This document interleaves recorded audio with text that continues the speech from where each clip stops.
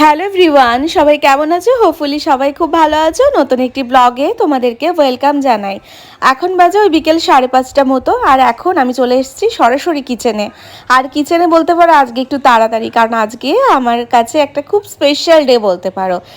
এসেছে আমার মা, বাবা, শাশুড়ি মা, শ্বশুরমশাই, সুমিত, পায়েস, সবাই একসাথে আজকে আমরা দিনটি কাটাবো আর কি, আনন্দ করব। যাক, তবে সুমিতের ছিল আজকে কনফারেন্স, আস্তে আস্তে একটু রাতই হবে, ওই ধরো 9টা 9:30। ততক্ষণে আমরা কিন্তু সবাই একসাথে টাইম স্পেন্ড করব। যাই হোক, সুমিত আমাদের সাথে জয়েন হবে।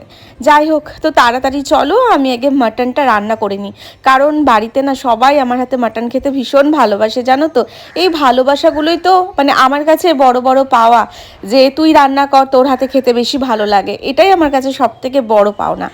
আর এখন বাজে ওই 9টা 9:15 মতো। সুমিত বাড়ি চলে এসছে, আর আসার পথে আমার জন্য মিয়ামোর থেকে একটা স্পেশাল কেক নিয়ে এসছে, কারণ আজকে আমার ইউটিউব চ্যানেল 25K কমপ্লিট হয়েছে তোমাদের ভালোবাসা আর তোমাদের সাপোর্টের জন্যই। আর সেই জন্য আজকে ছোট্ট করে একটা সেলিব্রেশন করছি ফ্যামিলির সাথে। জীবনে অনেক কিছু করার ইচ্ছা আছে, তোমাদের ভালোবাসা ছাড়া কিন্তু এটা একদমই সম্ভব ছিল না, আর পরেও হবে না। আর যাই হোক, আজকে ডিনারে আছে মাটন কষা আর ফ্রাইড রাইস। আর দেখো কেমন লাগলো আজকের ভিডিওটি। ভালো লাগলে অবশ্যই লাইক কমেন্টস করে পাশে থেকো, তোমাদের সাথে পরে আরও অনেক গল্প আমার হবে।